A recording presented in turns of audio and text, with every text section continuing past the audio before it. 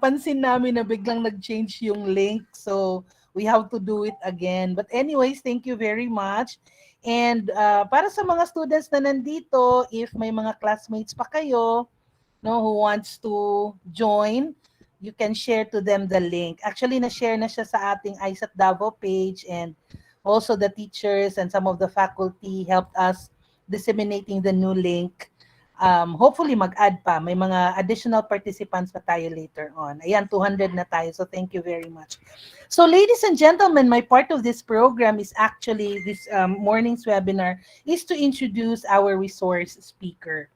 So our resource speaker is a graduate of AB Theology at Phoebus College of Bible in 1993, a Master of Arts in Philosophy from UP Diliman, 1998, a PhD candidate, Philippine Studies, UP Diliman. He is currently a professor at Phoebus College of Bible, a broadcaster at 702 DZAS Far East Broadcasting Company, a pastor at Christian Gospel Center in Valenzuela. Ladies and gentlemen, please help me welcome with a very warm round of virtual applause, Pastor Jonathan Edwards Bansuelo. Pastor? Yes, Ma'am Santander, thank you very much for the kind introduction. And ISAT family, I'm quite thankful that you've given me this privilege, this opportunity to minister to you this particular morning. So allow me a few moments. I'll just present to you my material for our topic for this morning. It's quite relevant because when we talk about our condition now, in our time frame today, we basically have to see the focus of our lives today. So allow me just a few moments for this.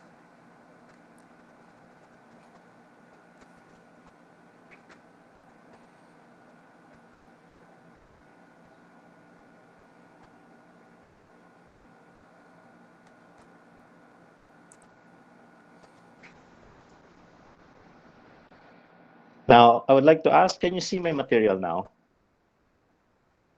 Yes, po. Okay, thank you very much. So the topic you've given me is the era of the ego, Generation Me.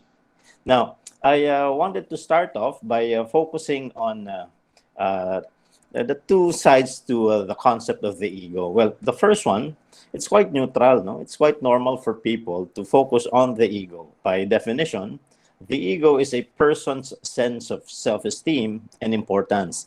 This is quite important. You know, many people are considered to be broken-spirited.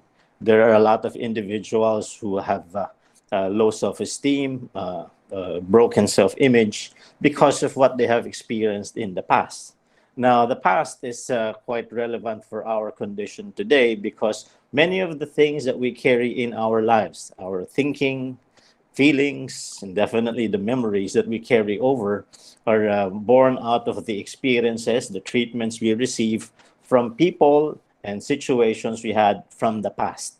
If we have received good treatment, if we were given good training, if our environment was favorable in our for our existence, then definitely the individual grows in a better situation. On the other hand, there are a lot of trying circumstances. We live in a broken world, and because of the imperfection of this world, people tend to hurt people, and this is the reality. It might not only be happening in different communities, like for example, it may be in the neighborhood. It also happens in school. It happens with your friends, both in your relationship physically, meaning if you have the face-to-face interactions, or even through the virtual channels. No, when we talk about social media, it can also be a source of negative treatment. So all of these things compounded, can affect a person in a negative way and can hamper that person's development, can hamper also that person's progress in the future. But if you look at the ego per se, its definition, nothing wrong with it, nothing negative. It is a person's sense of self-esteem. We need to have self-esteem. You need to have confidence. You need to be able to express your own ideas. You have to be you have to basically identify your individuality in a crowd. This is critical, no, for you to be able to really function properly. So, related to this, when we talk about the ego, usually the way we are shaped by our current society affects our worldview. Siguro, what is worldview in Tagalog? Pananaw. Now, let me define it. A worldview is a mental framework or a conceptual system that gives meaning to all the components of our world and us. A worldview is the lens through which we see our world. Now, later on, I'll be focusing on something related to our ethical framework. But first, how is the worldview affected by the right perspective in relation to the ego? Well, if a person has a proper perspective about the value of other people, has been given an appreciation of communities, then definitely that person, when he acts, when he does something, he would like it to be beneficial and useful for other individuals or for communities. And yet, if the ego is not properly developed and focuses simply on selfishness, then definitely the attitude, the behavior, and even the interaction that individual would have is going to be different from the other example I've given earlier. So that is what you call a worldview. It is the lens for how you see the world. And all of these things are part of your development, not only your emotions, your intellect, but definitely also your interaction with people. Now, in relation also to the ego, no? The individual needs to realize that we have values. In Tagalog, yung mga pinagpapahalagahan. Now, the word values came from the Greek term worth or worthy, and therefore it's called things of value. In the Greek, the term is axios. No, that's why there's a branch of philosophy called axiology. It is the study of values of various types. It talks about personal values, talks about aesthetics, what is beautiful and not beautiful in the eyes of the perceiver. So these are values. Also, values are personal beliefs that guide our thinking and action.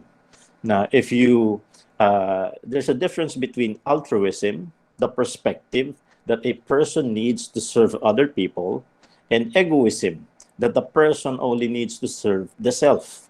Now, if you have the concept or the values that looks at the benefit of other individuals, then whenever you work, whenever you function as a human being, you always think about how it will affect others in a positive way. On the other hand, so we call that sympathy, or sometimes we call that empathy. You would like them to feel good, and you would like to also have that, if you have a good experience, you would like that to also be transmitted to others.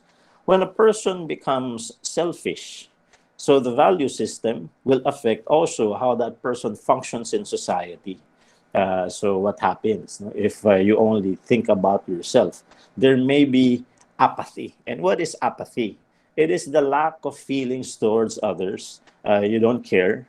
You're not concerned about their welfare.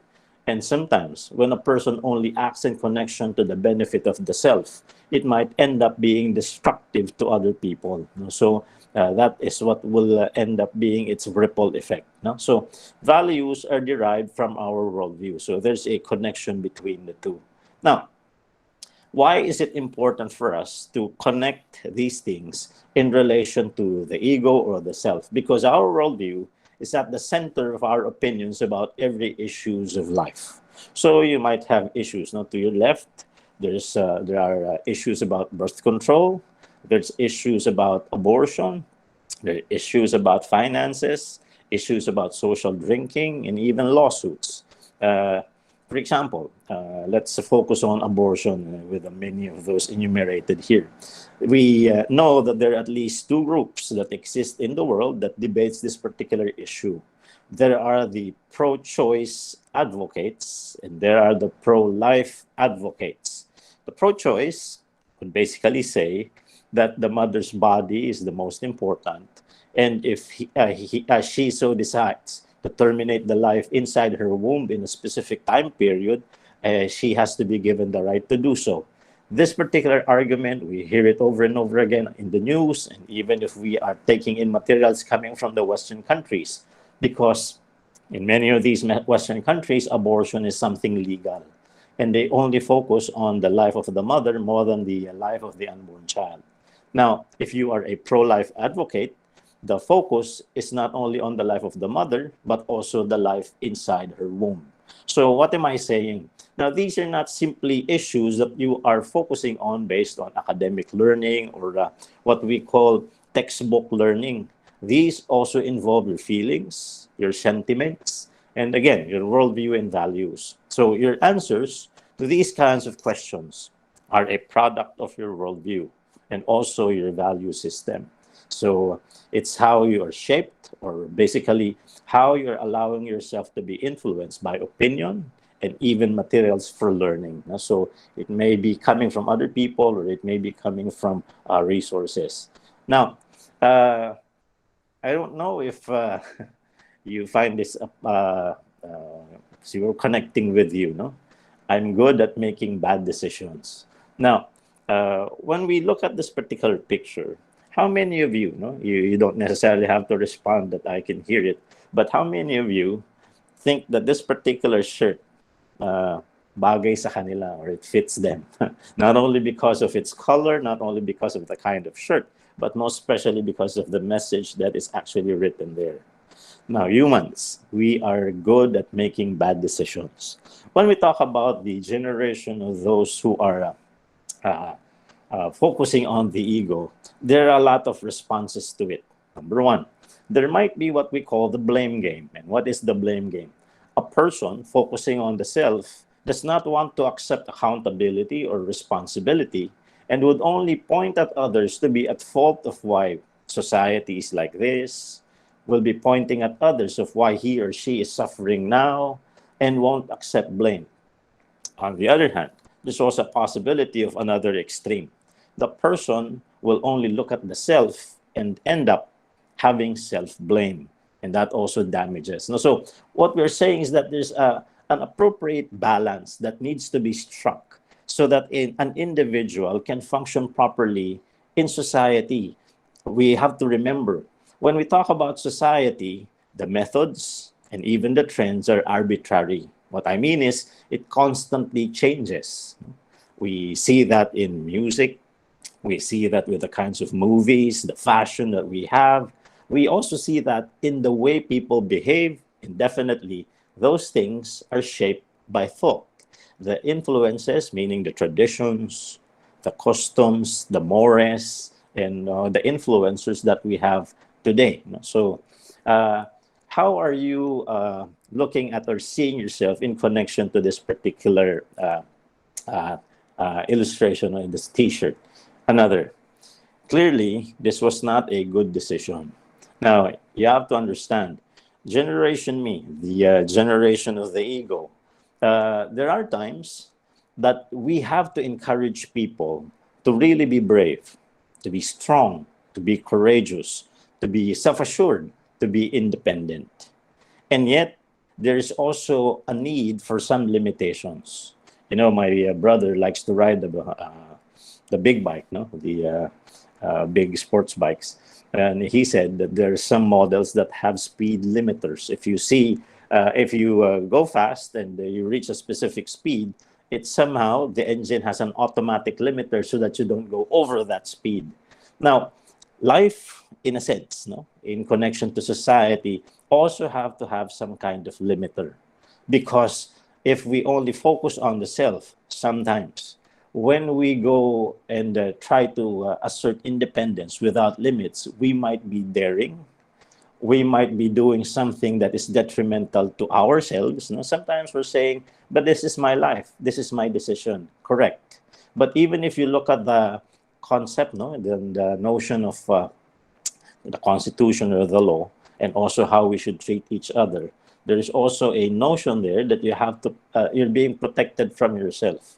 If you are in the brink of doing harm to yourself, it has to be prevented, no, for your well-being. And also, you need to be prevented from doing something that will harm others. So, when we talk about what happened to this cat, obviously, what this cat did was detrimental to him or to it.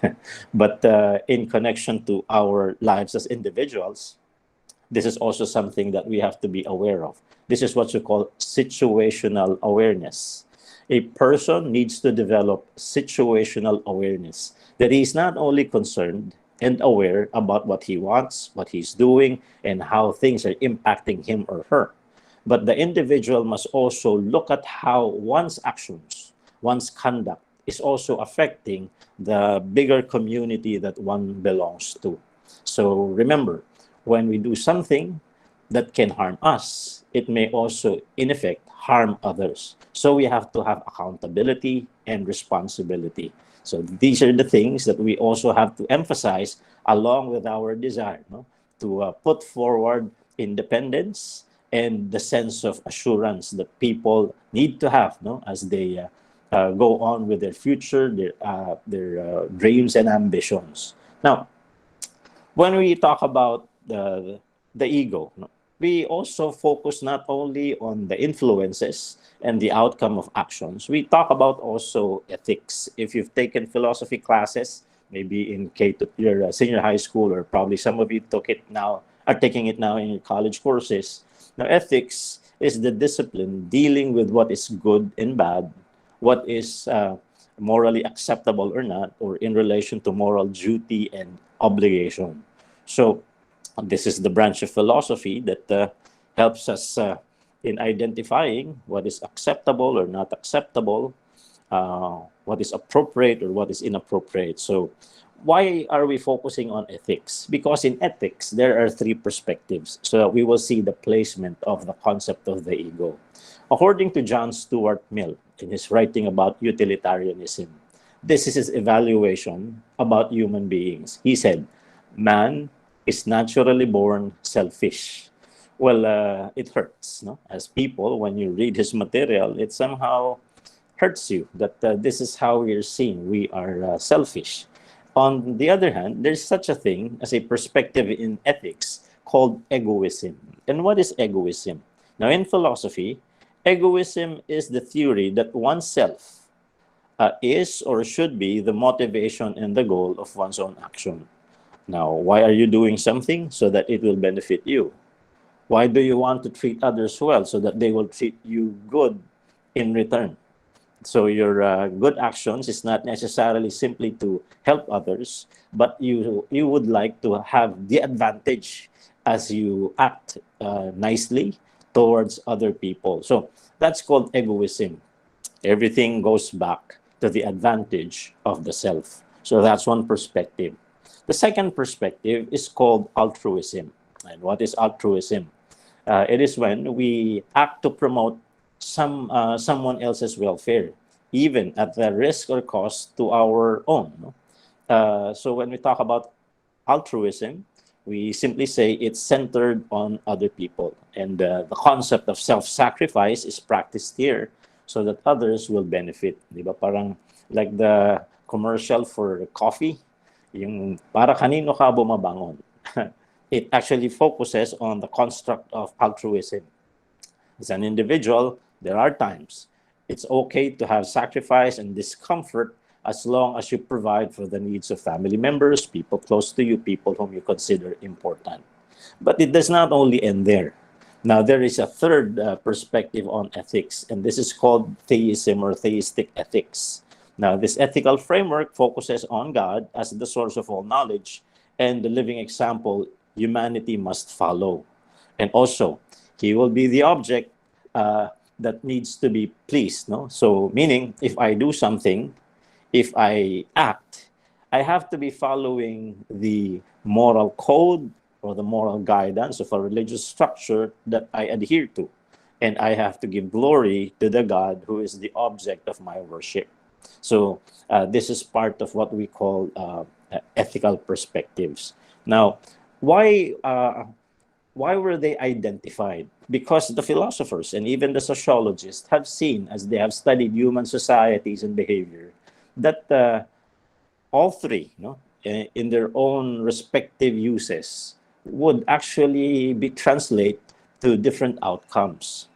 For example, a person who only focuses on the self, or a society where the individuals there only focuses on the self, will have a different reflection or a different kind of existence than a society that is altruistic, who is thinking about the welfare of others, thinking about how their actions will benefit the community, and also the egoistic, altruistic society will be different from a society that will be theistic, meaning a society wherein what they do uh, relies heavily on what we call a God-centered or a God-focused existence. No? So that's how it is differentiated.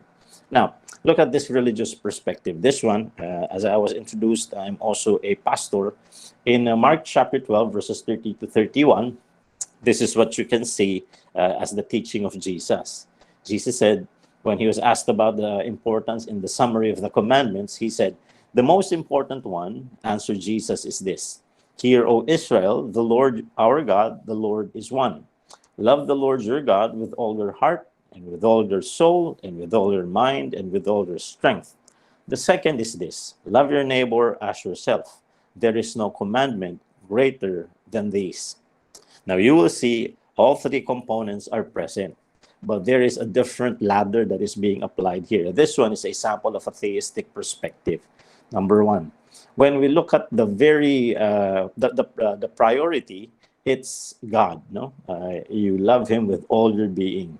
Heart speaks of your emotions. Soul speaks of passion. When it talks about your mind, it's about the thinking process, your intellect. And when it talks about your strength, it talks about vigor and vitality, and also your physicality. Everything submitted to God. Now, when it comes to human, it focuses on the individual's love for the neighbor. But then, in order to be able to do that properly, the proper treatment of the self is important. You know very well, I think it's a line in one of the songs I've heard. I don't know if it's from Justin Bieber or somebody else, but in psychology also, it's a popular slogan. Damaged people will damage others. No? Hurt people will hurt people. The whole point is, if the individual is not properly processed, or probably the term that we need to use is mature, if that individual has not matured, what is maturity? There is what we call social stuntedness. A person does not necessarily know how to relate with others in the right way.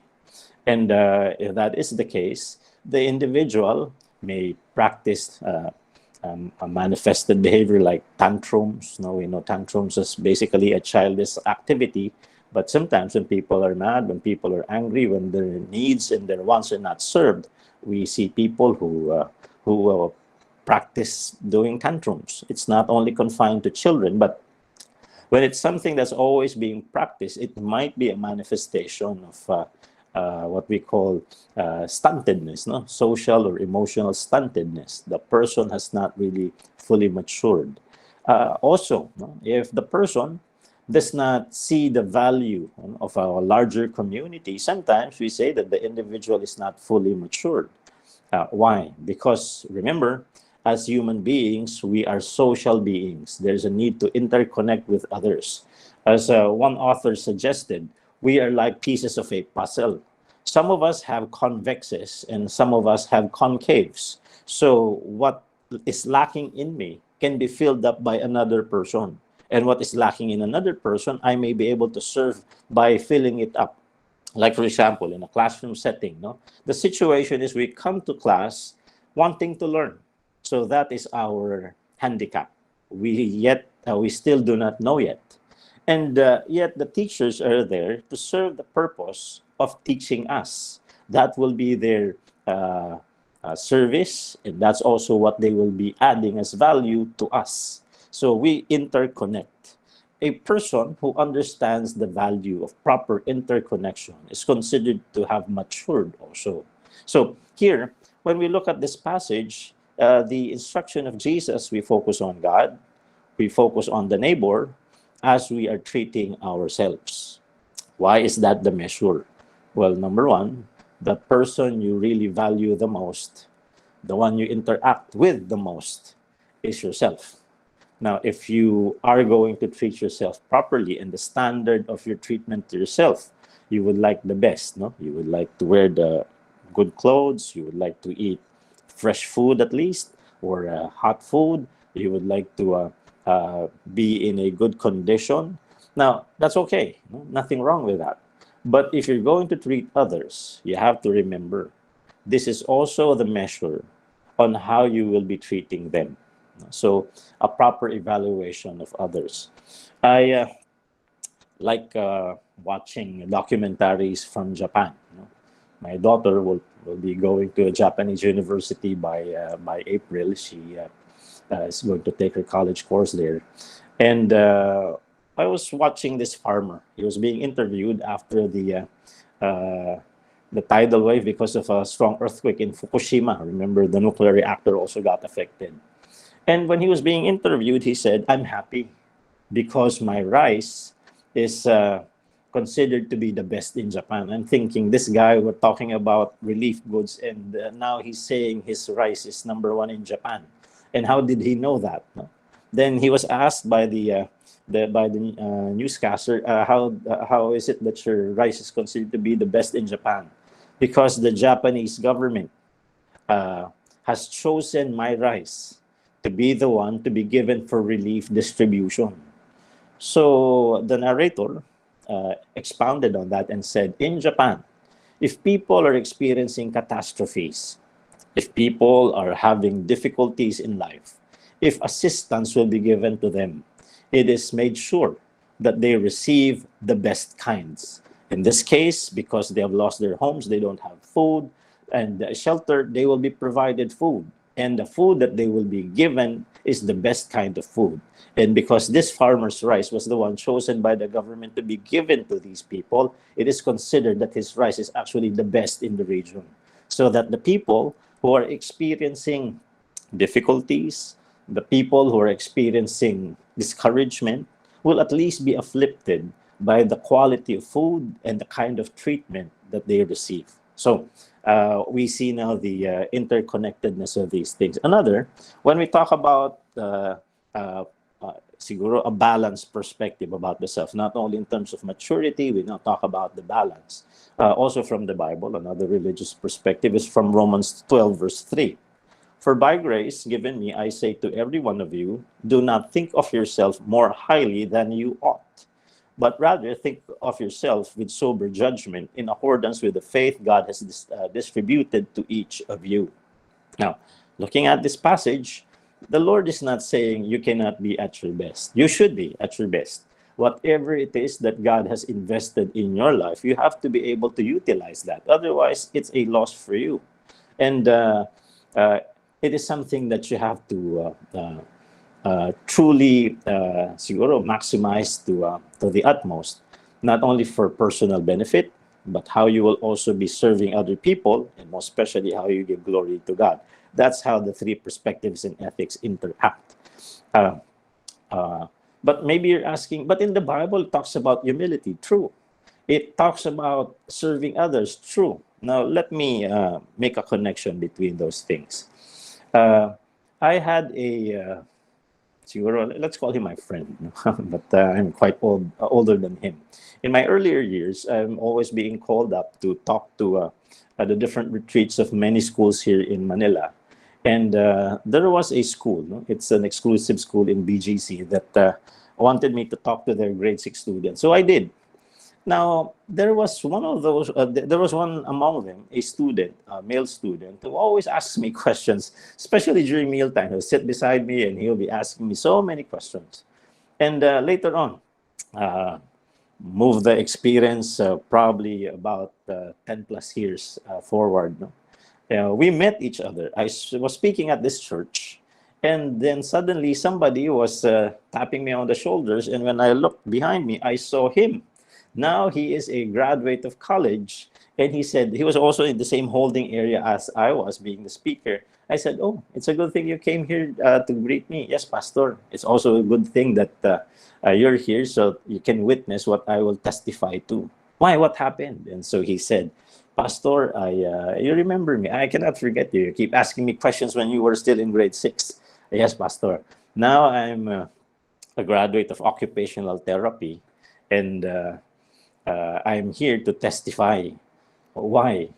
Because when I took the board exam, I was number one. So then he said, when I asked him, what's your plan after this? Well, I would like to practice this particular learning I had, but I would also like to pursue being a medical doctor so that I can treat people. You know what he said to me? I do hope in the future you will become my patient. Well, two things. I'm quite appreciative that he would like to help me, but I don't want to get sick. But the thing is, how is uh, humility and even service balanced out with being number one? Actually, in the teaching of Jesus, it's like this. If whatever it is that God has invested in your life, talents, treasures, time, the good things that God has invested in your life, you use it to the utmost and you have the heart to serve in the name of God, your life serving other people, the quality or the kind of service that you will be able to give is the best kind. And that's the whole point. No? You be at your best, that's good stewardship, and have the heart to serve. And that's the kind of service that God wants you to give other people. And that's also the kind of service that will glorify Him. So I just added this religious perspective for us to understand the balance between the three. Why? Because in this life, you will be making decisions. And how do you filter your decisions? No? I'm not selling a filtration system, but this is it. No? Sometimes we make a decision. Try to reverse this particular filter. No? When people decide simply on the basis of what he or she wants, really becoming, in a sense, no, extremely selfish, what happens? Ang sasabihin niya in Filipino, no, wala akong pakialam kung anong maramdaman ninyo. Wala akong pakialam kung anong mangyari sa inyo. Basta ito gusto ko.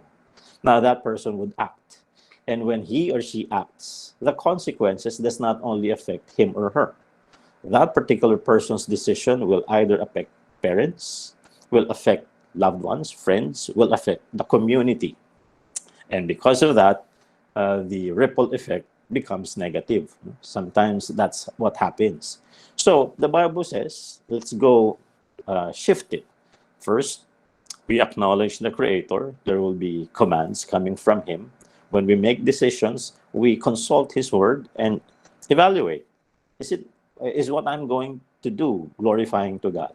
Second, community values. How will this affect other people when I act? Will it be beneficial? Will it be something good? Is my life going to be a blessing as I do this? And then, of course, you also would like to be happy with that decision, but your sense of fulfillment is also translated to how others are being benefited. Diba? Like these things we say as we converse. Masaya na ako, basta nakikita ko masaya kayo. Basta nagawa ko yung nakakatulong sa inyo, yan ang goal ko. And that is how it becomes holistic. No? So that's the religious perspective. Now, let's go to this. When we talk about being, siguro, no, the focus on the ego, no? This is the me generation. You have to also look at it from a sociological perspective. You know, there are 3 time frames before we came to what we have now. What we have now is called the postmodern period. So it started off many, many centuries ago as the pre-modern period. Then we went to the modern period, and now we're at the postmodern period. When we talk about the postmodern period, it is a time wherein people are manifesting relativity. And what is relativity? The perspective and the interpretation of the self is the one that has dominance over the others. No? So tingnan natin how it is defined by experts. Let's look at the pre-modern period. Actually, when you look at this is a model coming from the Western countries. If you agree with the sociologists that what happens in the West somehow gets to come here in the Philippines, in Asia, and it becomes a trend that most of the time we follow. No? It's almost like fashion.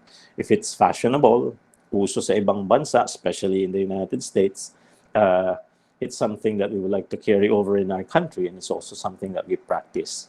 Now, when we look at this particular siguro division in society, is also manifested. No? What is the pre-modern period? It is a period characterized by its deeply rooted traditions, which acted as the determining standard for knowledge and meaning. The societal roles were built upon uniform structures and solid worldviews that points to a certain purpose in life. People believe that there is an objective reason or meaning to life, and they acknowledge that the universe is supernatural and that there is a supreme being who is in control of everything. Another characteristic of the pre-modern period, there's what we call the Christian tradition. It was prominent in this period. The truth of the scripture and its doctrines were fully recognized, and they believed that truth can be known through the written word of God. That's why if you're watching movies, no, of the old societies, you will find out that their lives are basically centering on religion. No? When they not only the way they conduct themselves, no, yung kanilang value system, also yung manners nila.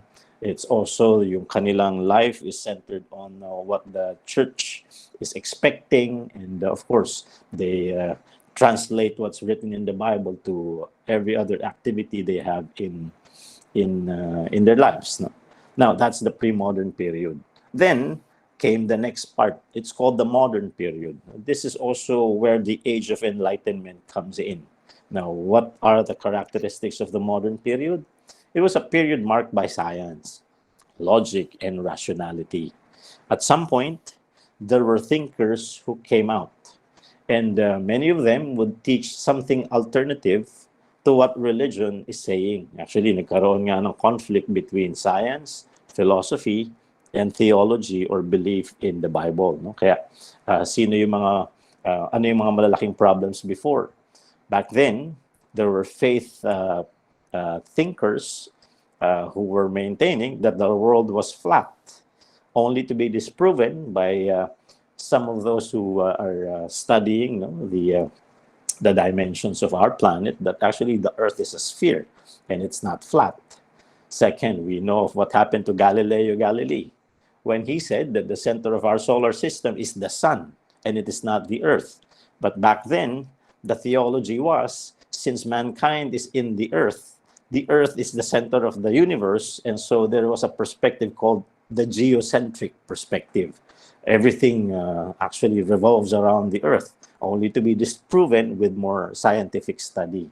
So there was a time that happened. No? There was a clash between religious belief, religious teachings, and of course, the thinkers from science and philosophy. But let me remind you, back then, no, in the pre-modern period, they were not at odds with each other. Actually, theology, philosophy, and science were actually interconnected or interrelated in their studies. But it came to a point, no? It's not the fault of the Bible, not even the fault of God. It's actually some people assuming know-how and yet did not really do a good detailed study that created the clash and the conflict between the religious order and also what we call the different fields of study. So this period was purely non-traditional. They celebrate reason as the only power and standard to understand the universe and its purpose. This period dismissed the role of the divine in attaining objective knowledge. The supernatural element that was acknowledged in the pre-modern period was essentially removed by Enlightenment. So Enlightenment scholars and replaced it with natural phenomena. And this is also the time when alternative perspectives came out. Back then, in the pre-modern period, to explain the existence of mankind, we talk about creationism. The world is created by God. And then when the modern period came to be, we know of Charles Darwin when he wrote The Origin of the Species, and so became the very textbook of what we call the theory of evolution, wherein the development of all creatures and even the universe is not based on the movement or the interaction or the will of the divine, but it simply is based on adaptation and, of course, yung changes that happen in the course of time. So, yun, well, we call that the alternative perspective. Those are that is one of the more popular issues that came out during this period. So they replaced God as the origin and source of everything that happens, and they no longer believe on human existence as a special act of divine creation, but instead a product of biological evolutions. So, yeah, no. I had a physicist friend from Canada, and this friend of mine, being a scientist and being a pastor as well, when he came here, sabi niya, oh, usap tayo, since you're teaching philosophy, let's uh, let's have some conversations. Sabi ko, about what? Sabi niya, how do you talk to people who do not believe in God? Sabi ko, medyo mahirap, but we need to have a common ground. If we find a common ground we can agree with, then dun tayo mag-start through the conversation. Sabi niya, I'm a person who represents both fields. I'm a scientist, being a physicist. I'm also a theologian, being a pastor. Sabi niya, ask them about the giraffe. Sabi ko, why the giraffe? It's an oddity in evolution. Sabi ko, why?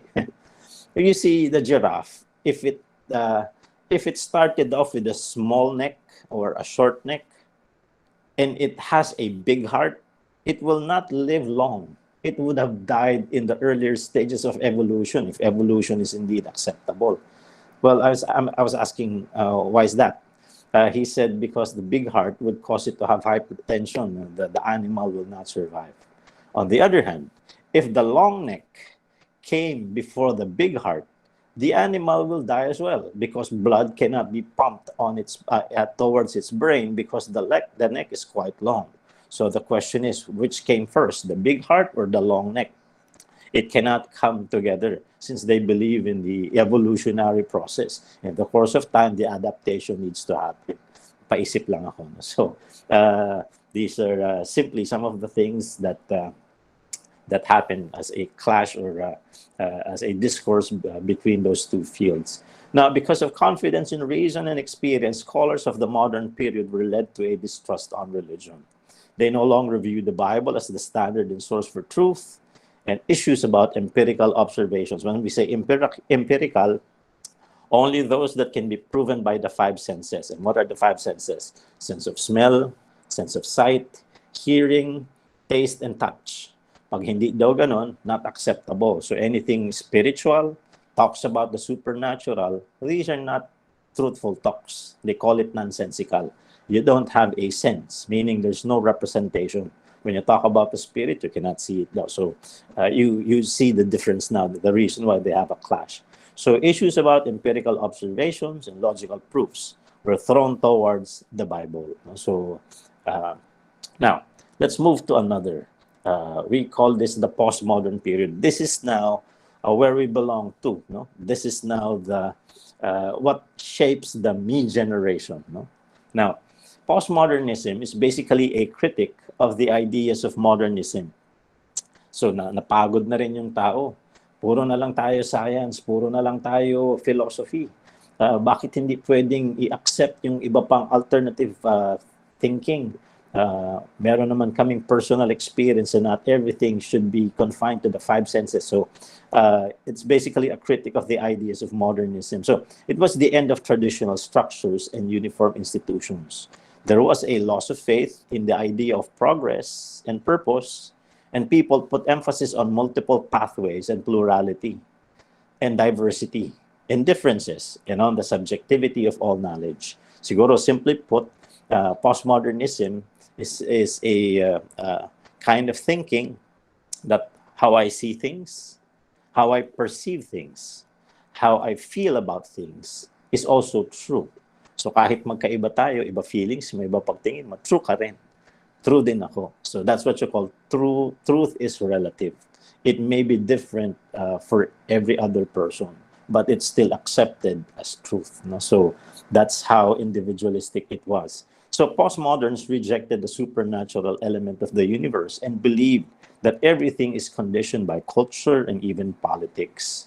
Postmoderns believe that truth is relative to the society which one belongs, meaning truth is just a product of political fabrications and cultural interests.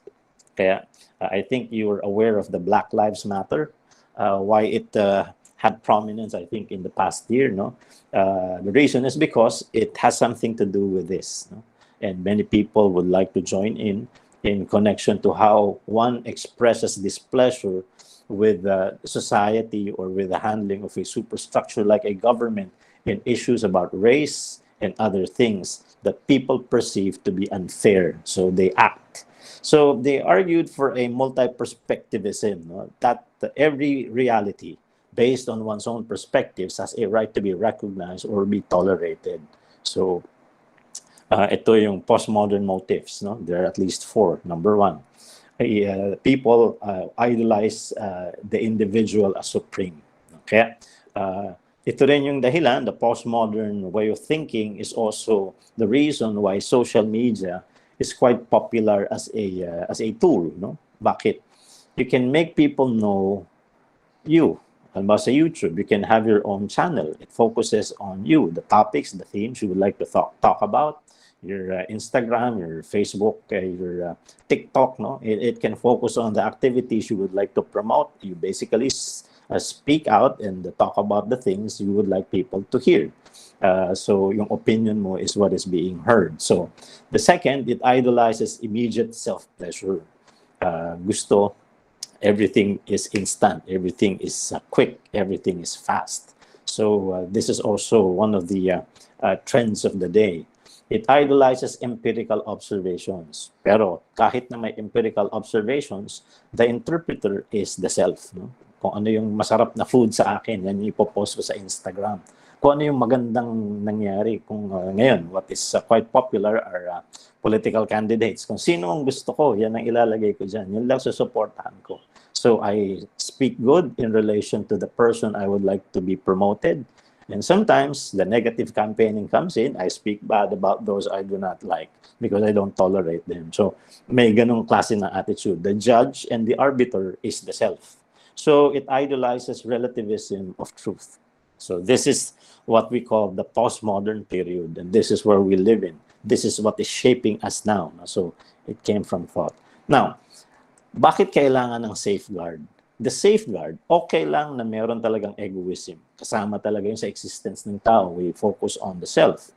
Mahalaga yung altruism that the self values others because we are social beings. We need to also think about the community. Now, others would take it the third step.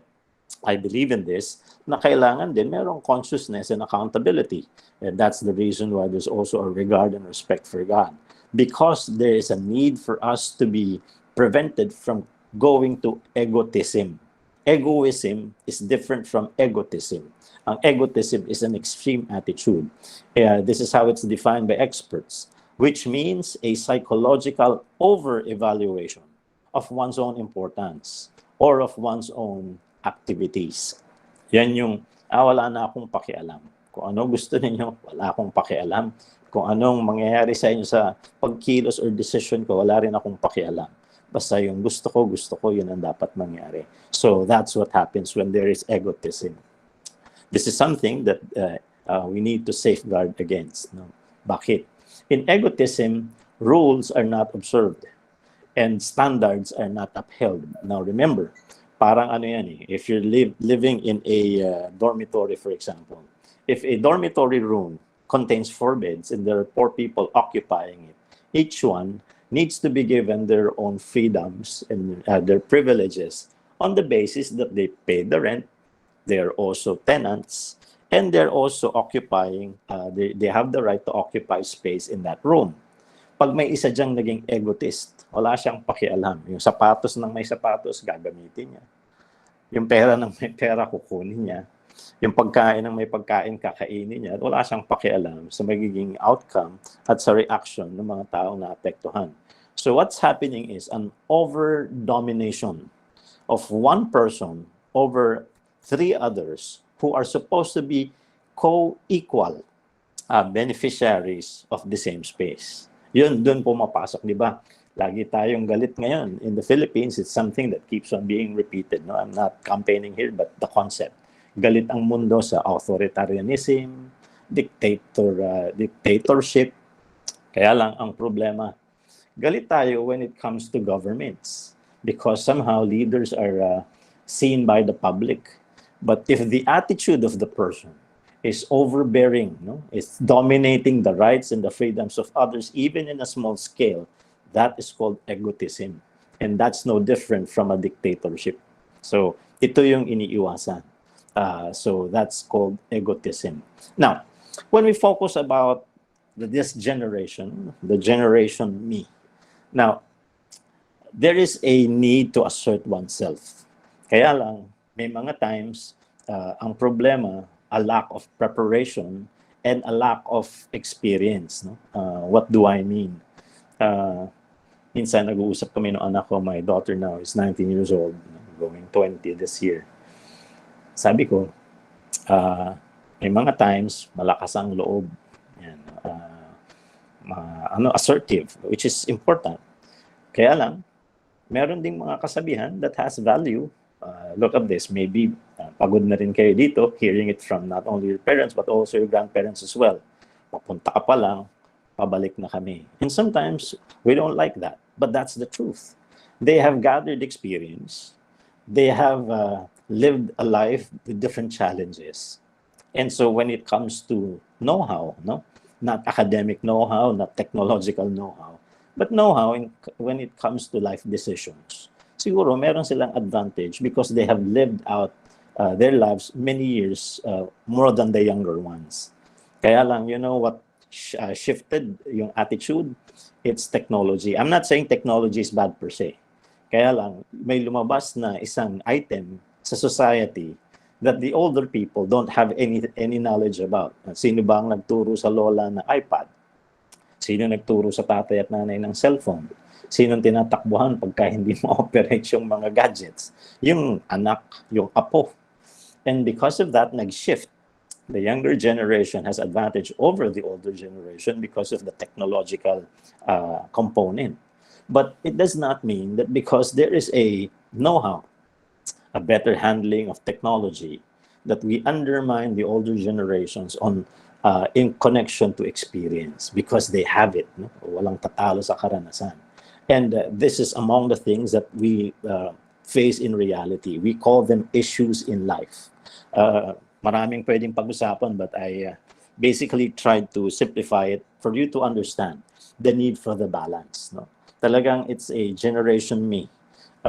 My wife is a guidance counselor for the college I teach in. And this particular time, ang daming counselees, not only students, but there are also clients coming from different sectors, no? Because of this, because of the pandemic, a lot of lives got disrupted and people are having a hard time dealing with failure and rejection. And this is also something you need to overcome, you need to properly deal with, because if not, it can take a person's activities and actions to the extreme. Remember, when a person is desperate, the person can make, what do we call that, very bad decisions, and bad decisions that can injure or hurt his or her existence. So, kinakailangan talaga may proper way of handling situations. No? Now, what is failure? Let's define it first.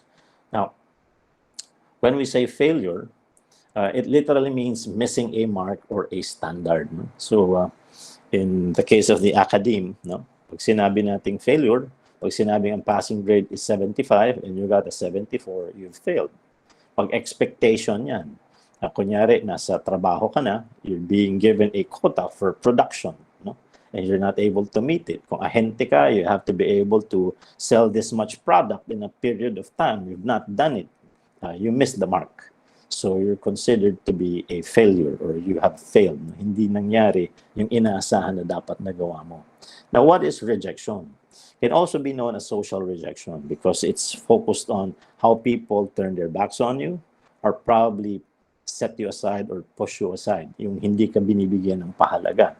So it may be a deliberate exclusion from social interaction or social relationship. Pag sinabing deliberate, sinasadya. Hindi ka bagay dito, malis ka. No? For example, a person, no? I think you're in college, if you are in elementary and high school, there are people who are still trying to find out their identity. And so they would like to join groups. If you get to a group of people who are athletic and you're not, they simply shun you. If you join a group of academics and you're not equal to their intellectual capacity, then basically they get suspicious. But ka nandyan, mangungopya ka lang sa amin ng assignment. So they put you aside. Yeah, maraming klase. There are different groups and a lot of cliques. And if you do not fit yung profile, ina-exclude ka. Sometimes you feel it, they just simply leave you behind, and sometimes they say it. You're being told this, no? So, yan ang rejection. It can be active. It's happening often. Yung bullying is a form of rejection. No? You're being intimidated and being, sabi nga, taken advantage of by another person or a group of people. It may be passive. Nandyan ka, but nobody cares. No? So that's passive rejection. It can be subjective. It might be something that you just feel. If, for example, sa classroom setting, maybe a teacher, padalas lang niya natatawag yung isa, hindi ka natatawag, pwedeng hindi niya sadya ng teacher. But then you feel, parang hindi ako importante. So that's called subjective. The way you interpret the situation disadvantageous to you, or it may be active. No? So it can be subjective to the person or can be perceived by a person in his private moments. No? These are the things you reflect on, you're thinking, you're not given importance. Now, there's a relationship between failure and rejection in a person's life. Yung failure, task-oriented. Rejection, relationship-oriented. But each will carry a negative connotation, meaning it has negative effects on you. Each can influence the other. People who fail get rejected. No? Sometimes in family, bagsak po ako. Hindi kita anak. Ayan.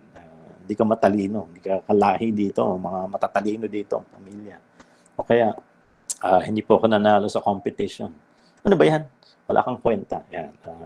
Failure can be a source of rejection.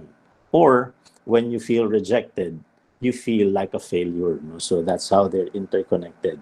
Now, both can bring emotional pain. It hurts inside. No? That's why some people, in order to avoid this, would go to extremes. No? Disclaimer, no? These are things that you should not practice. I'm just enumerating them. Some people abuse substance and become self-destructive. Others do self-harm. And others even terminate their lives. No? So this is what happens because of the emotional pain. Now, others are, their self-image is impaired. Nawawala yung confidence. They lose yung kanilang ability to move forward and take on challenges, no? Because they think they're of no value. They have no capacity. Since they're being bombarded constantly with ideas and words and the treatment that they cannot do anything right. And of course, it can sabotage your future. Maganda sana yung mga potential mo. Meron ka sanang pwedeng marating. But if you do not really feel good about yourself, you don't think, you're not confident, no, you don't think you can take on any challenge, you won't try.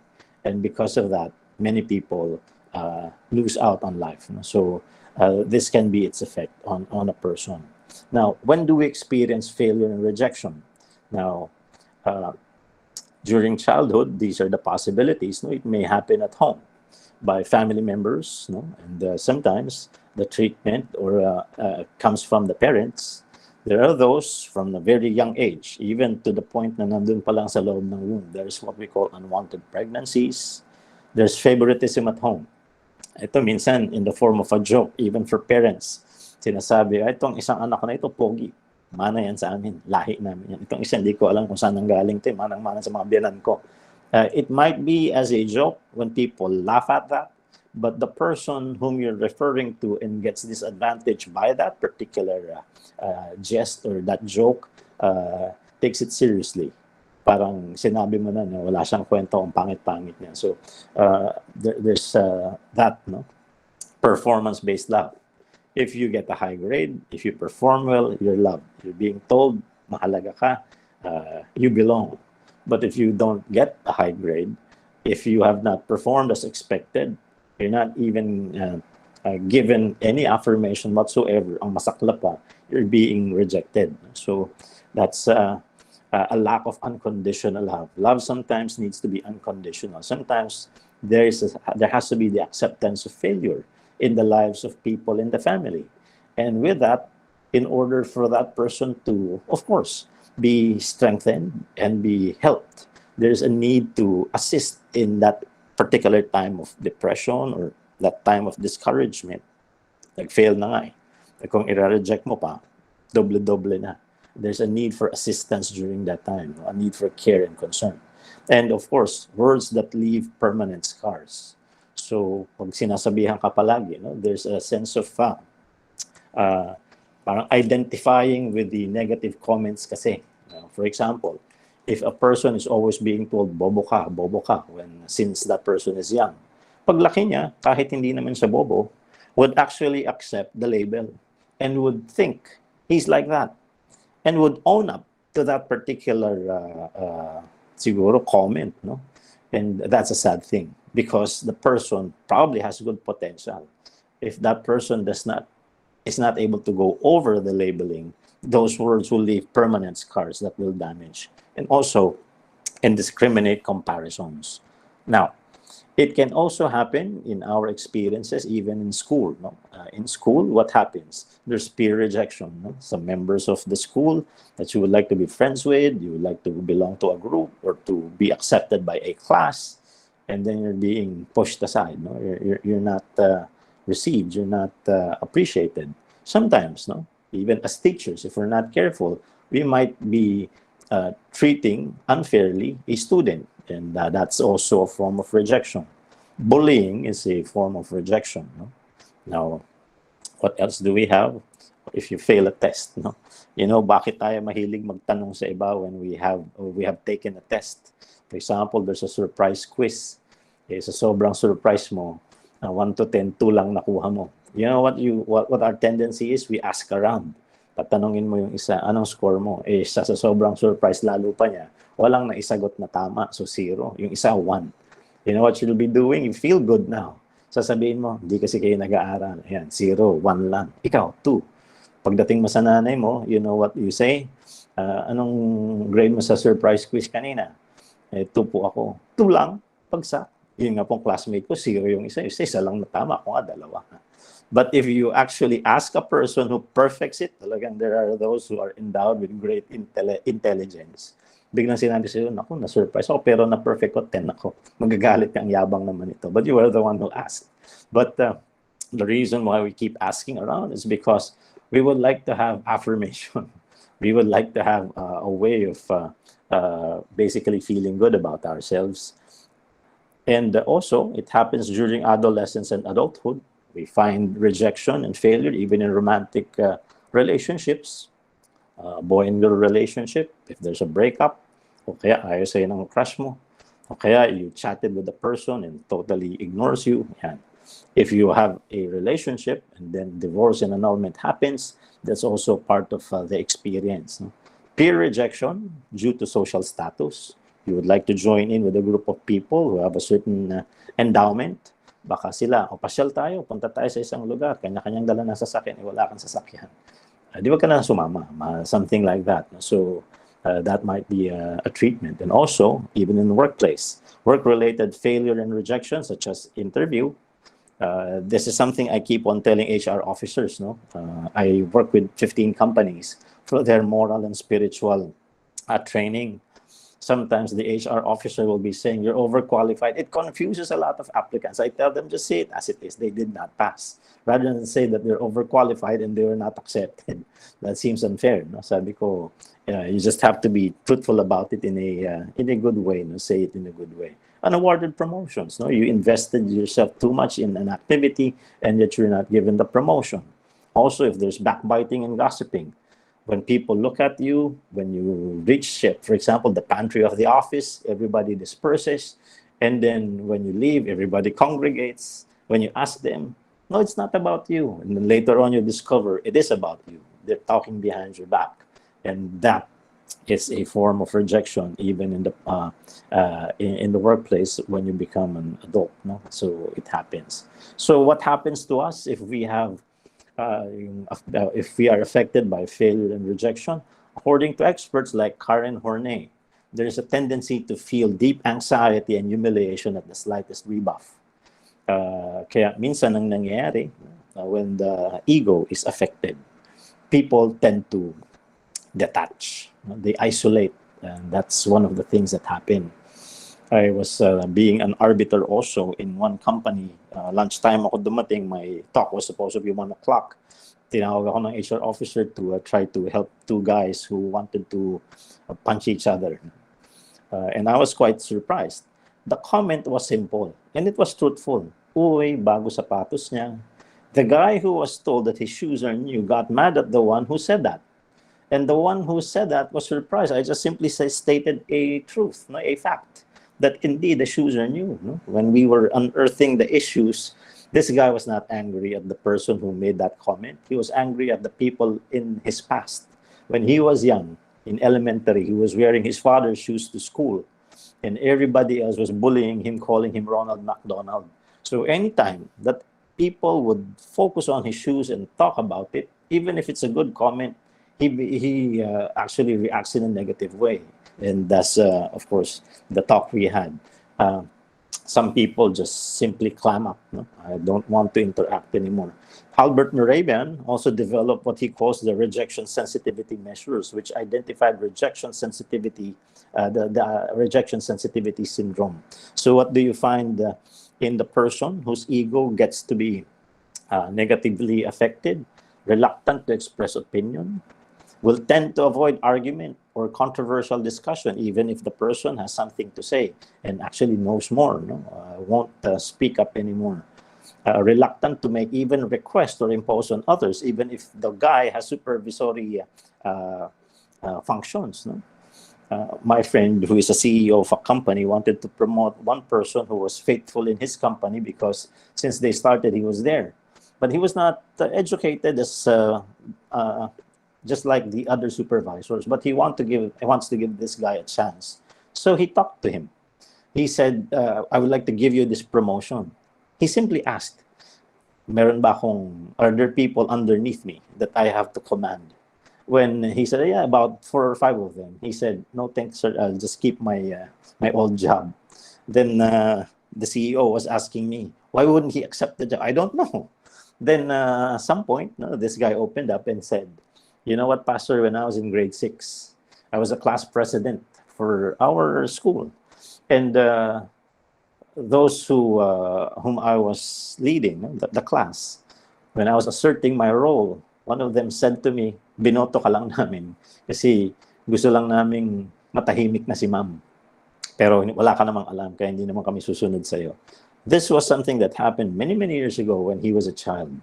But that impacted his life negatively. And now that he's an adult being given a potential promotion along with the benefits of it, he rejected it because he does not want to handle people. So that's how we are sensitive to rejection. That's how the ego gets to be negatively impacted. And also easily hurt by negative feedback from others. So yun siya. Now, there's a chart that I'll be showing for us to focus on the effects of failure and rejection. Now, maybe this is something you can think about.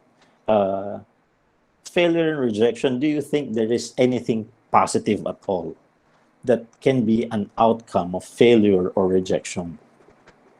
Can there be a positive outcome even if a person experiences failure or rejection? Try to do a survey before. Some people are saying, yes, sir, failure, positive, you still want to try again. No? Failure, yes, you've failed, but you would like to prove that you can overcome that hurdle. So it makes you persistent, resilient. Rejection, same thing. If you're rejected because of certain things about your life, so you would like to improve. And when you improve, and then you would like to prove them also wrong about their evaluation, it means that, again, you're practicing a sense of resilience. You're trying to improve on your personality or your capabilities. That's a positive thing. But the other question is this: are there negative effects of failure and rejection? The answer is also yes. There are people, when they fail, they don't want to try anymore. and so they just let go. There are people who are, when they're rejected, simply become bitter. And what we want is vengeance. And so there is now negative energy or negative motivation that fuels a person's action and a person's ambition. No? Kaya sa Pilipinas, haven't you observed it, no? Sa mga pelikula natin, mga paborito natin, yung mga inapi tapos gaganti sa huli. Kaya yung mga pelikula natin, yung mga title, bukas luluhod din ang mga tala. We like something like that. My professor in sociology in UP told me he's going to Paris to lecture about Marimar. He was laughing back then. Uso pa yung Marimar. It's the telenovela na dubbed in Filipino. Sabi niya, I was requested by a university in Paris to talk about this. Why are the Filipinos so in love with this telenovela? And then sabi niya, number one, the theme. A person who was, di ba, yung inapi, later on became better and became wealthy. Now she's the one turning the tables and would like to hurt those who have hurt her. So parang ganun. But it's not a positive thing. It's actually a negative thing. Your life should not be fueled by negativity. Remember, if you like driving or you're familiar with cars, if you are running on diesel, you're a diesel engine, you don't put there unleaded, you'll ruin the engine. Vice versa. If it's an unleaded engine, you don't put there diesel fuel, you'll ruin the engine. It's not the proper fuel to make that engine work.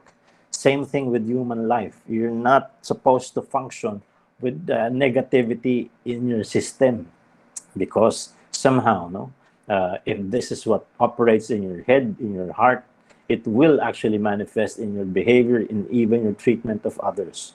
That even if they are not part of the injustice or the hurt that you have received, sometimes you'll be surprised. They become also recipients of your anger, of your bitterness. No? So remember, there are negative effects of failure and rejection. What am I saying using this chart? If there are those who can have a positive outcome, and there are those who can have a negative outcome from the experience.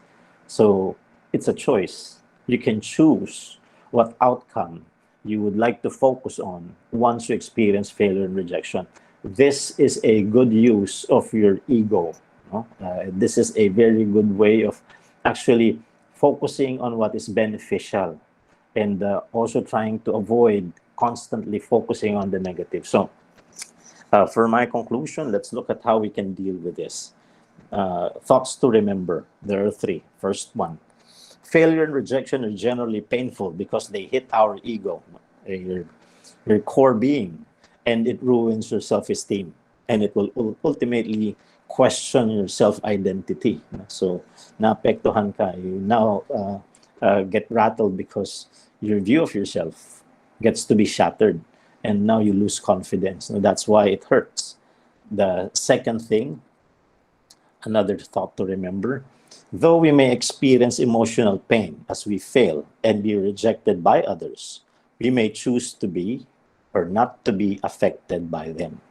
So it's a choice, no? But I'm not saying it's easy to do, but there are alternatives, meaning instead of focusing on a downward spiral or a chain effect of negativity, you can focus on something positive.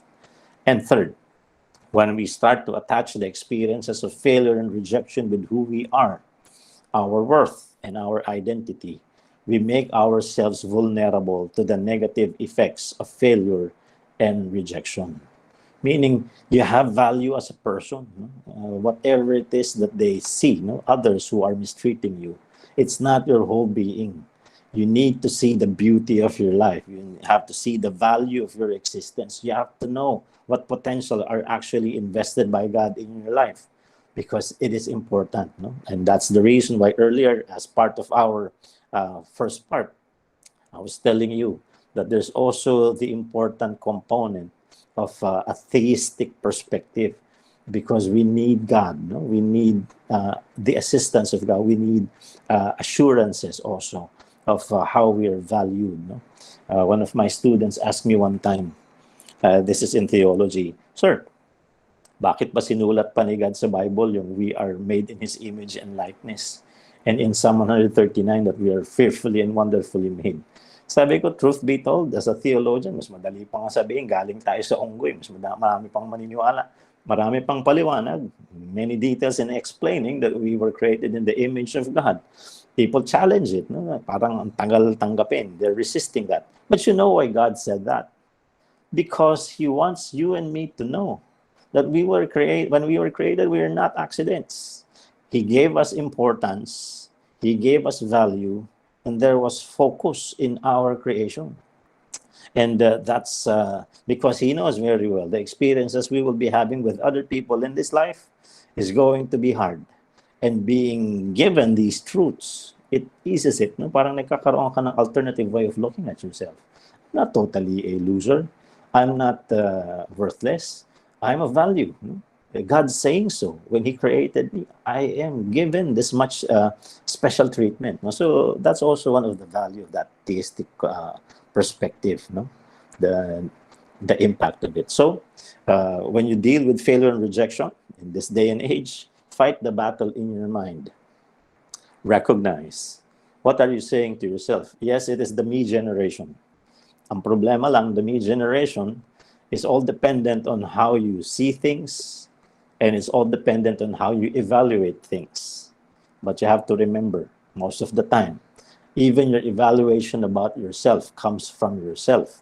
Now, if you are now caught up in negativity, look at this. This might be part of the possibility. No? Don't base your identity on man's judgment or even your performance. Bakit? Have you ever said these things to yourself? No? Just a few. I'm worthless. Wala akong halaga. I'm incompetent. Wala akong kayang gawin. I'm stupid. You know that already. I'm a loser. And I'm hopeless. Wala na akong pag-asa. Or I can't do anything right. These are just some of the things that are not stated by other people to us, but most likely some of the things that we have stated to ourselves.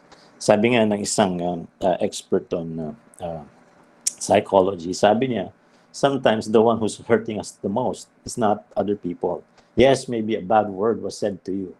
But if you keep repeating that over and over again every day, you're the one who's actually pounding your own existence. Meaning, you're the one who keeps beating yourself up because you keep repeating that experience in your brain, keep repeating the words being said. It was said once, you repeated it 100 times. The one who said it the most, the one who kept the memory, the one who kept the experience, the one who magnified it is not another person, but it's me. It's you.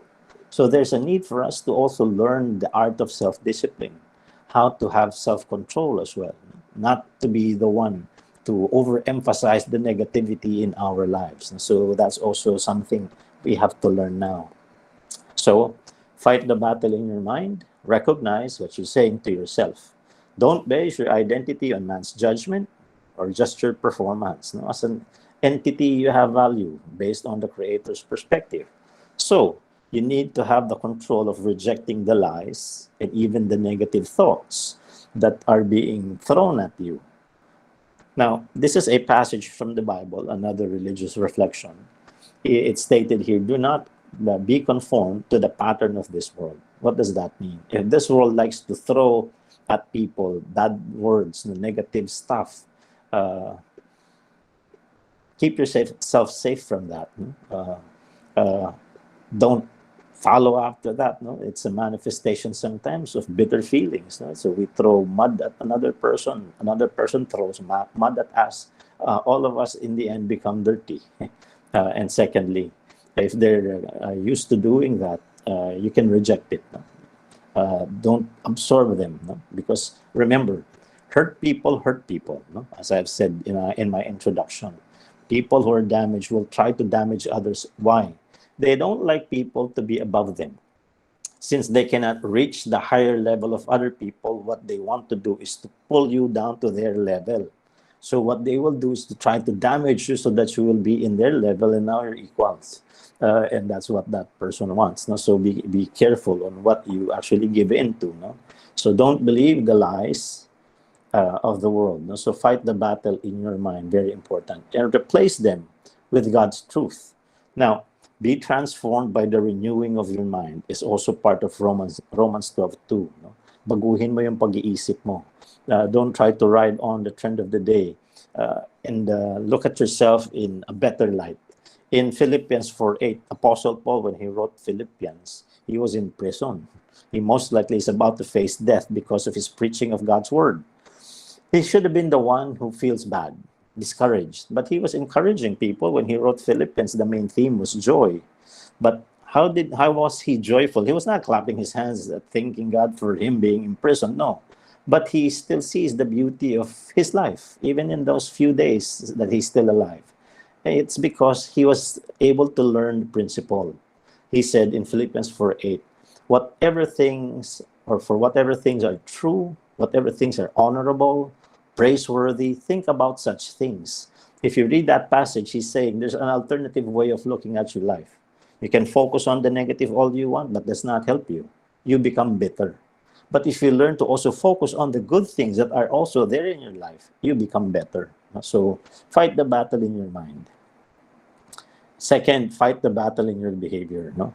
Avoidance of the problem will not resolve the issue. It may appear again and again.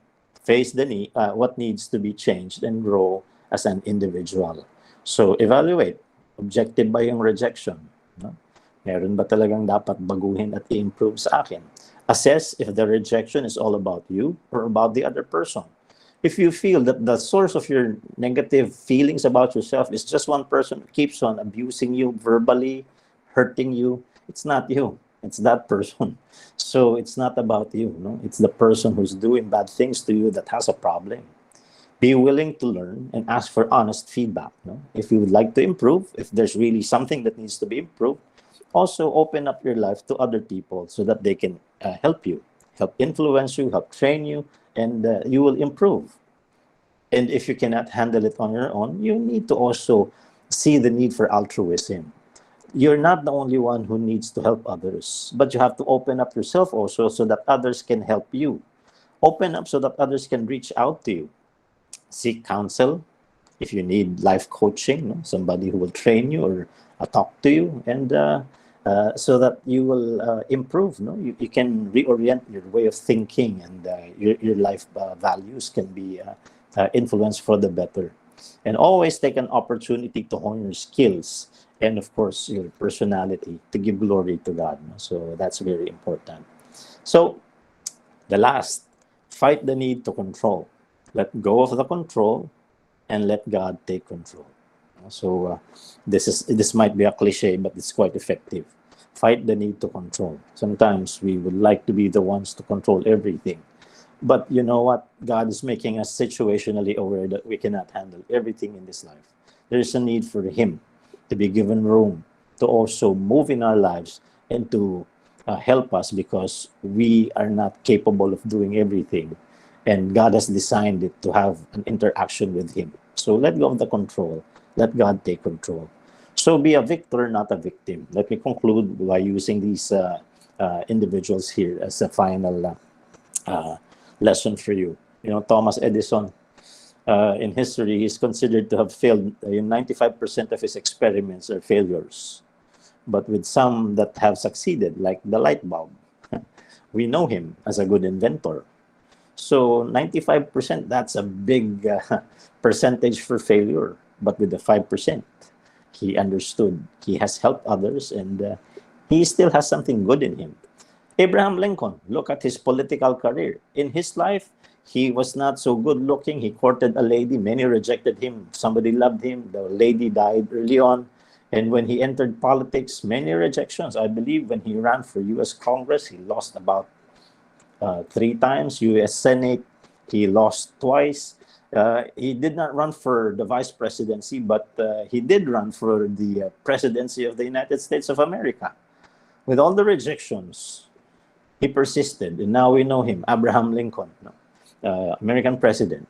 Dwight L. Moody has a speech impediment. He was a shoe salesman. He was a businessman, but he cannot speak straight. But he wanted to preach. He wanted to be a public speaker. And so people relegated him the task of simply talking to kids because the adults don't want to listen to him. He stutters. But because he was faithful in teaching the kids, he was able to train himself to talk straight and to talk better. And with that, everybody else has appreciated him now, and he went all around the United States of America for preaching engagements. Dwight L. Moody, American preacher. Jeremy Lin, being Asian in the NBA, he was rejected many times, and his career wouldn't go up. But during the time that the primary point guards were injured, he was called upon to play. And he showed his best because he always practices. And we know the Linsanity trend of the NBA, at least a part of his history as a person. Peter, the personality in the Bible, rejected Jesus Christ 3 times. When Christ challenged him with the question, "Do you love me?" And he was able to affirm his love for Christ. He was given the opportunity to serve the Lord, and he was serving effectively after the failure. Jesus himself got rejected by people. He was even crucified. But he did what needs to be done because he wanted to serve the right purpose of giving salvation to mankind. So I do hope you find inspiration in their stories, short bits, but the challenge is be a victor and not a victim. So I do hope you will all benefit from this. And I end my talk now and give back the floor to our moderator.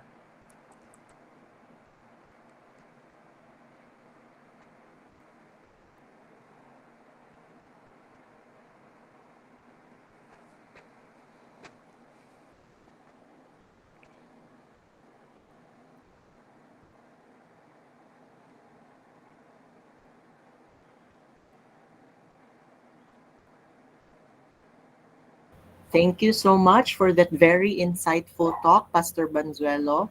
We indeed learned a lot, and we will carry it throughout, not just with our academic life, but also in the future. So, what really struck me the most no, is choose not to be affected by those negativity. So, keep that positive mindset, no, everyone, especially to my fellow ISET students. And I would just like to mention this one as well from Ma'am Anjali, our instructor, that um, no stands for next opportunity. So keep having that positive mindset and keep going no matter how hard life hits you. Okay, so with that, please stay. We will still be having an open forum later. So Pastor Manuelo can still cater to your questions no, later. But before that, may I please call on our Head of Academic Affairs, Engineer Ida Rosales, for the awarding of the certificate. Ma'am Ida, please.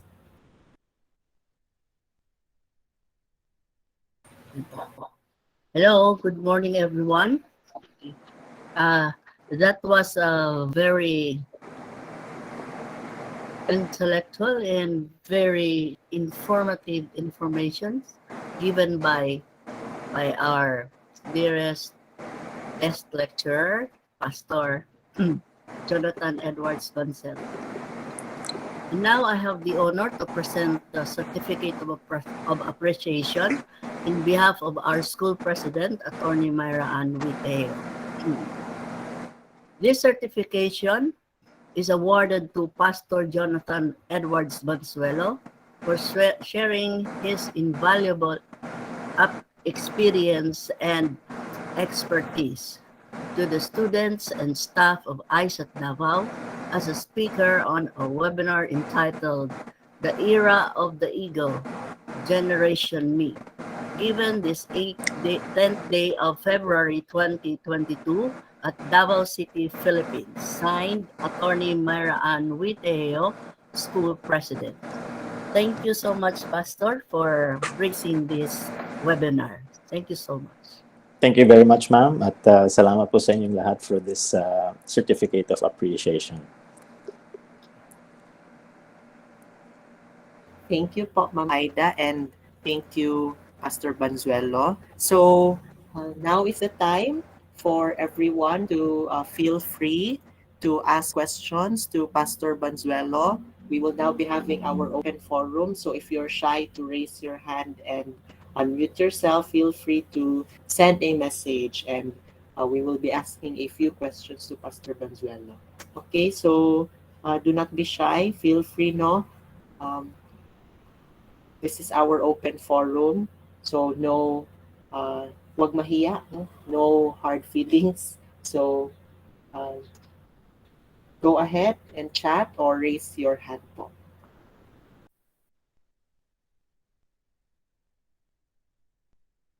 Okay, so we have our first question from Sir Dan. Go ahead, Sir Dan. Hi, Pastor Jonathan. Good morning. Yes po, good morning, sir. I want to uh, relate this subject, this flood decision. Well, I happened to watch the NBA games. It's about the Filipino American head coach named Spoelstra.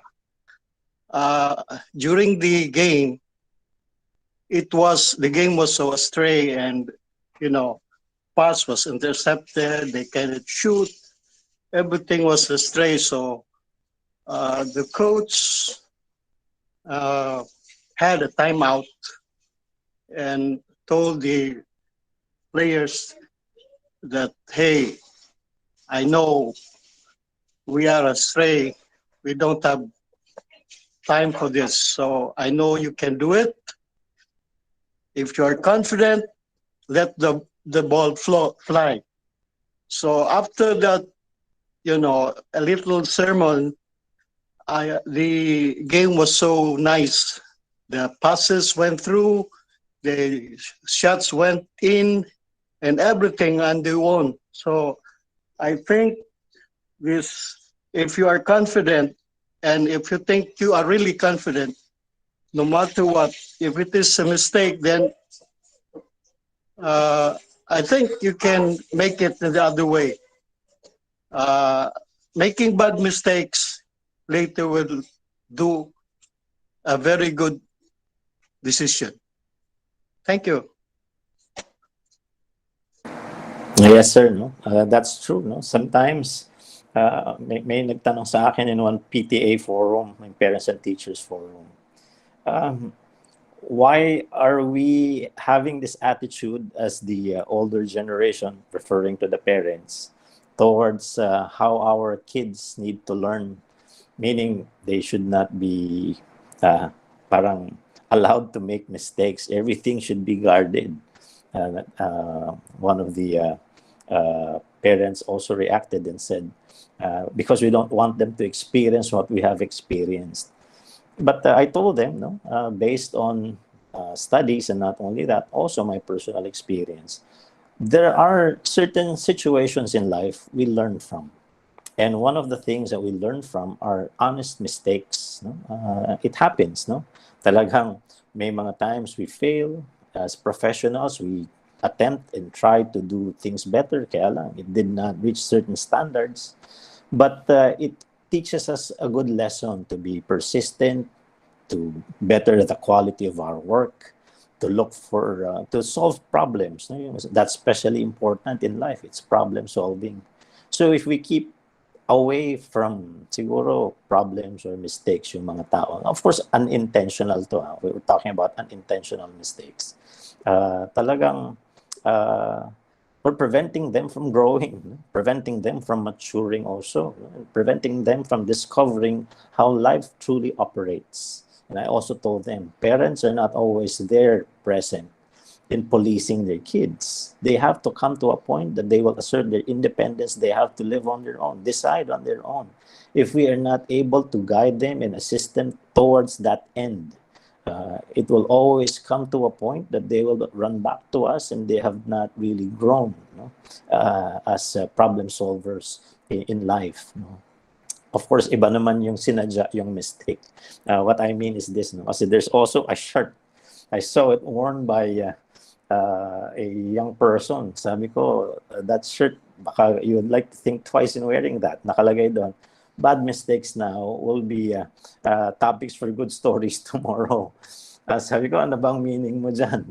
Because if that is something you intend to do, no? Keep committing bad mistakes so that people will simply have good stories to talk about when you meet up again in the future. Always remember, that the center of that talk, you will be at the center of it. So, yeah, mistakes. It's part of life. We want to avoid them, but sometimes, as much as we would like to avoid them and improve and become better, they do happen. But when it happens, it's also for a reason, no? For learning, maturity, and again for problem solving. So thank you, sir, for your comment. Thank you, sir. Thank you, Sir Dan, and thank you, Pastor Banzuelo. Yes po, Ma'am Vicky. Go ahead po, ma'am. Hello, good morning. Am I clear? Yes, My po. audio. Okay, thank you. So once again, Pastor, shall talk, but I have a question. Like, what is the best advice to a suicidal person, especially when you find down? Ay, ma'am, excuse po. Medyo stop. May static po yung audio niyo. Okay, hold on.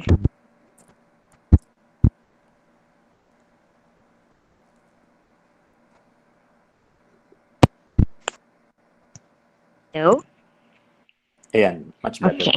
po. So, Pastor, as I was saying, what do you think is the best advice to give to a suicidal person, especially when you cannot find any common ground? Because you were talking a while ago about, having a common ground. So, what if you cannot find any? Okay.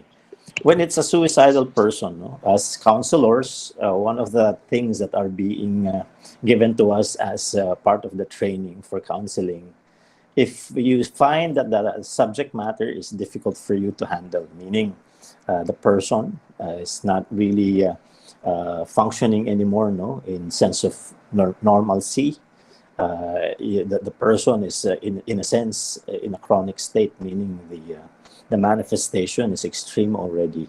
You have to admit incapability in such cases and refer the person to a person who has a higher training or can deal with that person in a better way.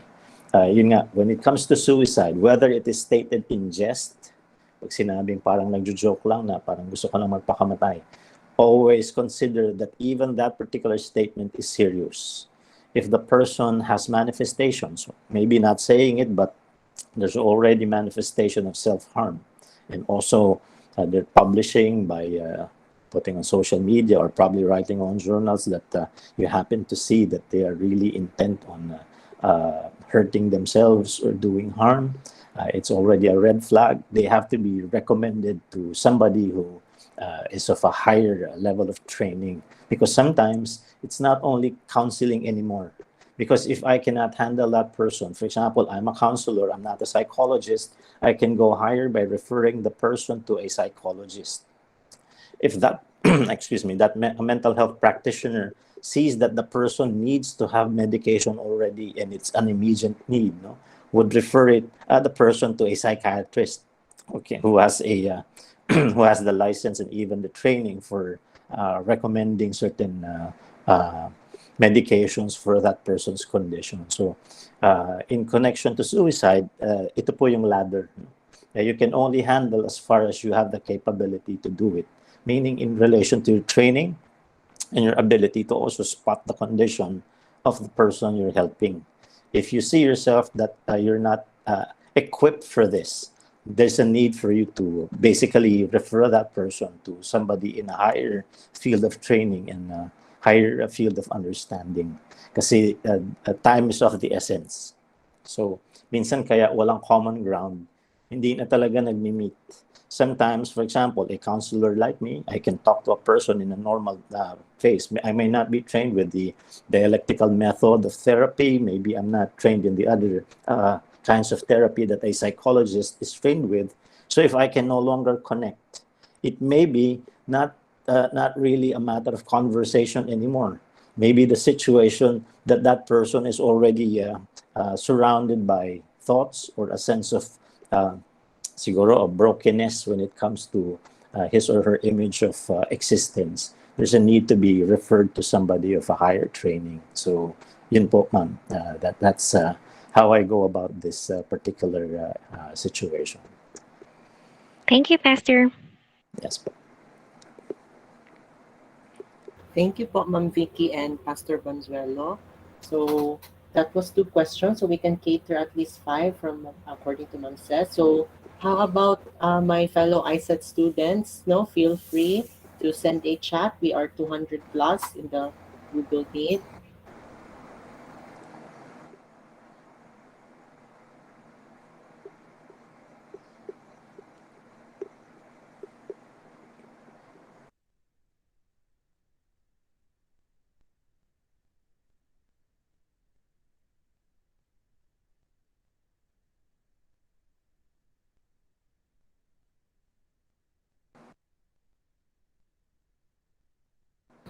John, there's a question from Mr. Justin Chang.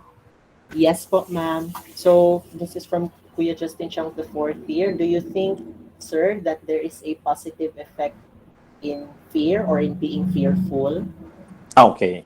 Well, by design, humans, in part of our spectrum of emotions and responses is fear. It's okay. It's normal. What is abnormal if you don't have fear? There has to be some kind of fear in our lives, but it should not be extreme. When it goes to the level of phobia. It's already different, no? Pagka naging phobia na. Now, why is fear important? The positive use of fear is that we learn how to be cautious. For example, if I don't know how to swim, or even if I know how to swim, and the waves in the ocean, the current, I see it and I know that it is quite extreme for me to go there. No, it's not a life and death situation. People are just trying to dare you. It's okay to be fearful. Avoid that which will harm you. So the positive use of fear is for self-preservation. There are times it teaches us to be cautious about situations that will endanger us. No? So that's a helpful thing. Pag naging extreme na siya, that causes you immobility. Di ba? Minsan, there's a need for you to function properly. Kaya lang, because of fear, you freeze. No? You get paralyzed by your fear. There's a need for it to be dealt with. Ano ba yung reason why that particular fear leads to that extreme response, both physiologically, meaning your body's response, which basically is the effect of your brain. It's a psychological component as well. So, yan, dinideal din yan if it's extreme. But fear has its benefits. It has its uses. No?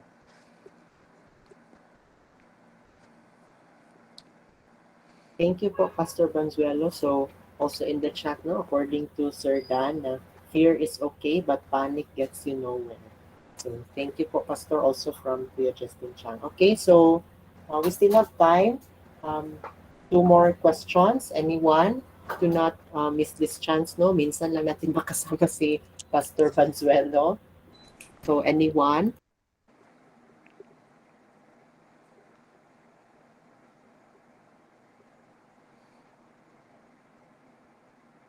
Okay, so I will be giving my last countdown. So I hope no everyone was okay na. No more pending questions, clarifications. So in 3, 2, and 1. Okay, so I think that's it. Thank you so much for Pastor Bonzuelo. And we will now proceed to the concluding part of our program this morning. So with that,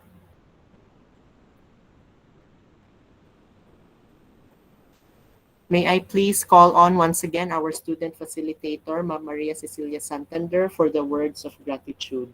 Ma'am Cec, please. Thank you.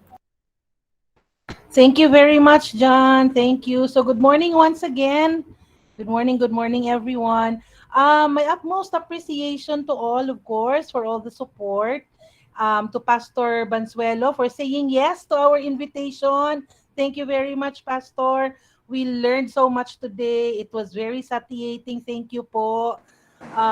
Also to our school president, Attorney Myra Ann Viteo, to the administration headed by Sir Mati Joey Torres, our school administrator, the academic head, Engineer Aida M. Rosales, for taking the task, of course, in presenting the certificate, to the student affairs head, Sir Dwight, for helping us in disseminating the information about today's webinar, and of course with the assistance of the ISET Student Council. I would also like to thank the program heads, the faculty members, lalo na no, those who helped in sharing the link, and to those who invited their students to join, and to the rest of the staff. Thank you very much. Also to Pastor Mark. Pastor, thank you. Lalo na din, of course, no, kay John Lawrence Panelo, ang ating host for today. Thanks, John, for assisting me. I greatly appreciate it, and it wouldn't be this smooth sailing without your help. So thank you very much. And of course, I would like to thank all the students. Thank you very much for joining. There are parang nasa mga 230, 226 tayo. Thank you very much. Until next webinar and next school activities, I hope that you will be as supportive, and I hope to see you again all very soon. I would like to promote Qualendar. It's an application no, na pwede nyo i-download, pwede nyo siyang i-add dyan sa inyong mga Google Edition applications, where you can actually book an appointment sa guidance facilitator's office para makater kayo, so that a specific time will be exclusively for you lang na mag-usap tayo. Okay? So, but if you feel like the Qualendar, it's hindi naman talaga necessary na, yun lang talaga siya is for proper organization. Pero if you think that the need is very urgent, you can always send me a message sa Google Hangouts. Okay? So, thank you very much. John? Yes po, ma'am. Thank you, ma'am. So, for the information of everyone, feel free to Google chat or email Ma'am Says. That's guidance@isat.edu.ph. And before we end, I think Ma'am Myra is already here. Ma'am, would you like to say anything? Good morning po, Ma'am Myra. Hi, good morning, everyone. Sorry, I wasn't able to join. I had to do an ocular, but I'm still on my way, so bad signal. But thank you so much, Pastor, for being part of our webinar. Everyone, Pastor is from Manila, so we're really taking advantage to invite people who are not from Davao, no? Because this online platform really gives us an opportunity to reach out to people who are from other cities. That's why we have Pastor with us this morning, and we hope to see you once again. And everyone, thank you for attending. I know you've been here for 2 long hours, so I won't talk anymore. Thank you once again. Good afternoon. Thank you po, Ma'am Myra. And of course, thank you so much po, Pastor Banzuelo. We hope to be with you again soon. And with that, we are ending today's program. And may you have a safe and productive day ahead. Thank you so much, Pastor Banzuelo. Thank you, ma'ams and sirs. And thank you, fellow ISAT students. Stay safe and have a great day ahead po.